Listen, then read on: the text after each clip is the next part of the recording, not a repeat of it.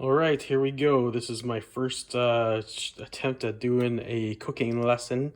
I'm gonna make Thai green curry, Thai green chicken curry, and one of my friends that I helped show how to cook observed how I was cooking, and they said that the key was cook everything separate or and prepping beforehand. So here I chopped up all the vegetables I'm gonna put in there. In this curry, you can put anything in, and probably not as traditional all the stuff that I have going on here.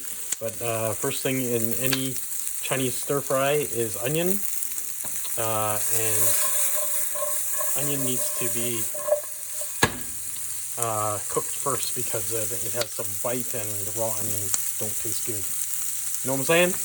All right. So the key so that we don't have to cook everything separate is just to do it in the right order. So you want to do the things that need to get cooked and softened first. Smoke is a little bit too high, so I'm going to trim that down. Yeah, so onion always needs more time to cook than everything else, so we always put that in the pan first. You start smelling aromatics there as well, but you don't want any raw onion in your stir fry. Okay, and then so you then after that you put in the stuff that needs longer time to cook, and we're gonna cook everything a little bit less than you would ready to serve because it's gonna swim in some coconut milk and the sauce for a little while and sit in the oven. So undercook everything, probably about 1 or 2 minutes. Okay, so color is flavor. So try to caramelize these onions a little bit. Take the bite out of them. I use a spatula on these non-stick pans because it won't scratch my pans and I can wipe up everything with it. Okay, so after onions are somewhat cooked, now I'm throwing in some zucchini. So I'm too lazy to individually bowl all of these things, though I understand now why in cooking shows that they have everything separate. So maybe next time, but I don't want to wash so many dishes, you know. Okay, so I'm throwing all my zucchini in there because zucchini takes longer than something like celery or peppers. You want them to soften up a little bit. I'm just kind of stir frying things all together here. So I just use the residual grease from the chicken that I pan fried first. So just to brown the chicken so that it has texture, and otherwise you'd be making soup. And something like zucchini and stuff like that, you're gonna wanna season as you go along here. So I'm gonna grab my salt.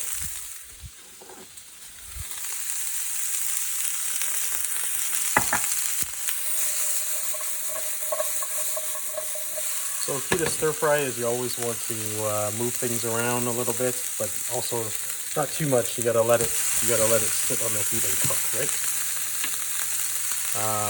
Remember what I was saying about things that take longer to cook?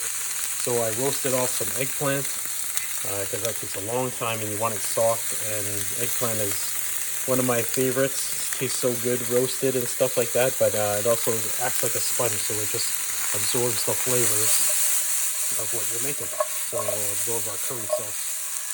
Super good. Right, so while this is kind of just browning a little bit more, just the vegetables, I got mixed peppers here, a bunch of celery, the stalks of broccoli, which is just cut on a bias, and it's pretty good. It's good for texture, tastes good, tastes like broccoli. Zucchini and onion, don't want to forget any of those. And then I got some carrots here. Again, you kind of want to cut them bite size and then just have some fun with it so that there's some texture as you're chewing as well. And then some broccoli. So probably after this I'm going to add the carrots and broccoli because they need a little more time to cook. And again, we're undercooking everything just so that it doesn't get all mushy when we throw in the sauce. So here comes the broccoli. Really, Chinese cooking is about color. And so here's a bunch of carrots that I actually microwave them. You know, one of the ways that I like to, that I've discovered about cooking vegetables is like beans and broccoli and stuff like that. How a Chinese restaurant stir fries so quickly is that everything is blanched. Everything is pre-cut. They blanch it in water and then they just toss it together in a wok, fire it up with some sauce, and it's out. So here I just season the vegetables here, and we're just kind of stir frying everything together.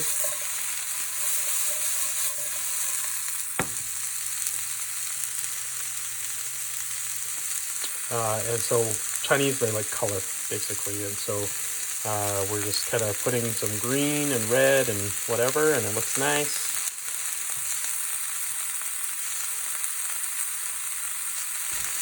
So here's those broccoli stalks. A lot of people throw that away, just trim off the edge, and then the rest is actually quite tender. So just mix it around. Make sure nothing is burning on the bottom there. The onions are probably nice and soft now. Season again. Pan's looking full.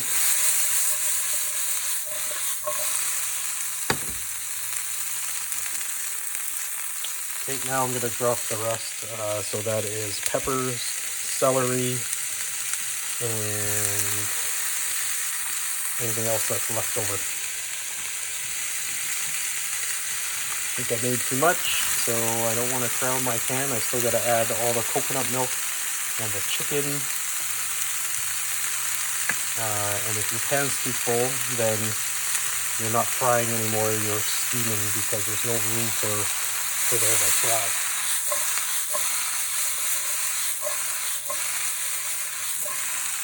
It's actually too full. But I got lots of nice colors in there. You know, really, you just use whatever that you got. You don't have any of those things. None of these are essential things for this curry.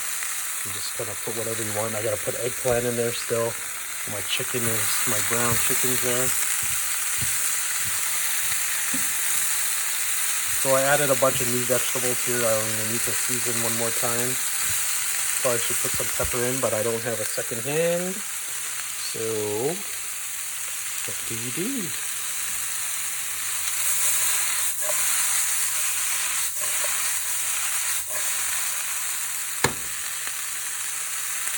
The flipping just takes practice. You kind of, you know, the best way to do it is actually just to roll around stuff in your pan. Keep it flat and just roll it around so you can feel how the food moves. And then you kind of slide it to the end there and then kind of jerk your hand back slowly. So I wouldn't do it with a full pan or with rice because that's harder. But the more you practice, the more you'll get it. Okay, so things are softening up pretty good here. I'm going to make a well here because we're going to cook off the paste and the rest of the ingredients here so that before you add the coconut milk. So what we're going to do is I'm going to show you the paste that we use here. I'm just using from the store. This stuff is actually super good. So it's made in Thailand. I heard the real Thai people use it unless you can make it yourself. And so there's red and green and should be yellow as well. I don't know if I've seen yellow. This is still going good. I'm actually going to put a couple smashed garlic in there now. So how I smash this garlic, just the back of your knife, and the peel should come right off. Oh, there we are.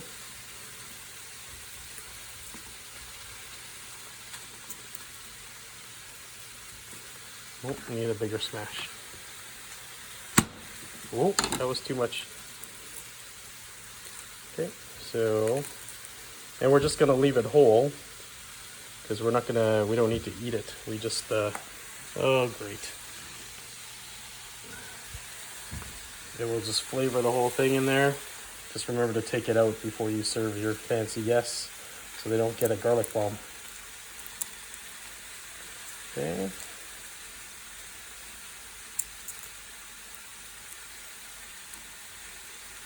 There's my garlic.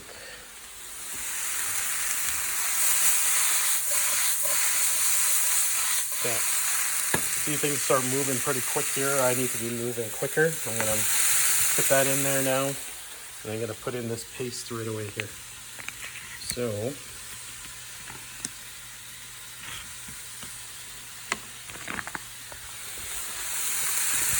put that right in the middle.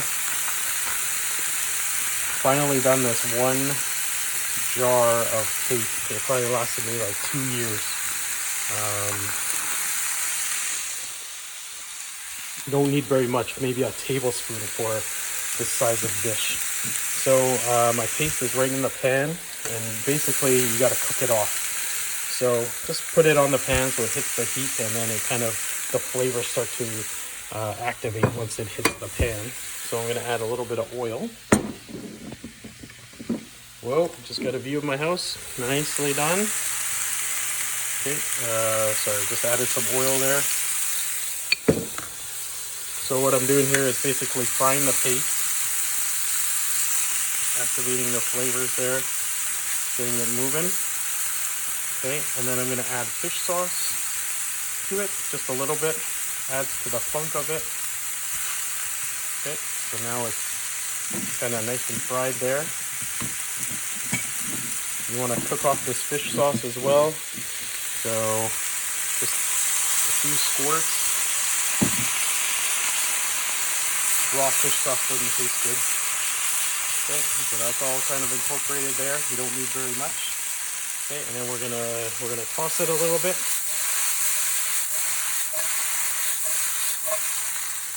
And you'll start to smell it right away here. Okay, so that's all in, and now time for coconut milk. Okay, so dump all that coconut milk in here. And it's going to combine all together with all those flavors.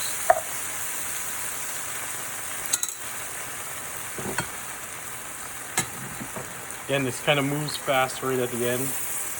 So it's great to have all of those things ready. Okay, so as this thing moves, I should have preheated my oven already. I'm going to go 350. I'm going to stick the whole pan in the oven pretty shortly. Okay, so I'm going to turn off my heat on the stove. This is just going to meld all together. So the only thing you need to add to, this is what I do anyway, you don't have to do it my way, but I'm going to add, what I add to the paste is some fish sauce. So I would say maybe a tablespoon of paste, maybe a tablespoon of fish sauce, some sugar, and some lime.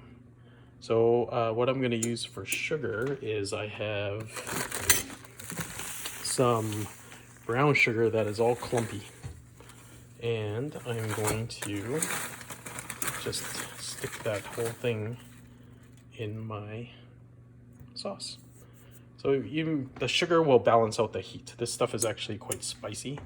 So this looks like a lot of sugar, but it's not bad. And you can just still adjust it at the end as well. So I put a big chunk of sugar that I can't dissolve, but it will dissolve in the sauce quite quickly there. Okay, and then last but not least is lime. And lime and lemon I find is awesome to cook with, but you don't need very much. And really, if you want the flavor of lime and lemon, it's better to put it in on the end. So if you want that actual flavor. So I'm gonna put some in there now, and then at the end I'm gonna squeeze it all over that. Okay, now I'm gonna add so once everything is nice and incorporated here, Just make sure that if you find that chunk of paste, just want to make it, you stir it into all the coconut milk.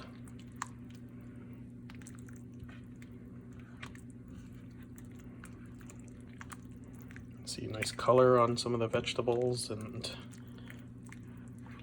they're all kind of al dente, so once it all comes out of the oven, then everything should be cooked just about right. Okay, and so last now I'm just gonna layer the chicken into there.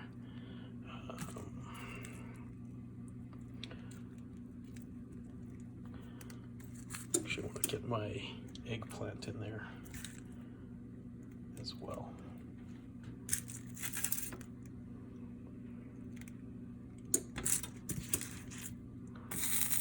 Oh, sick.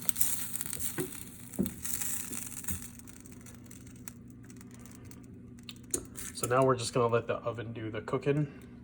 The chicken is still, it was just browned, so it's still raw in the middle.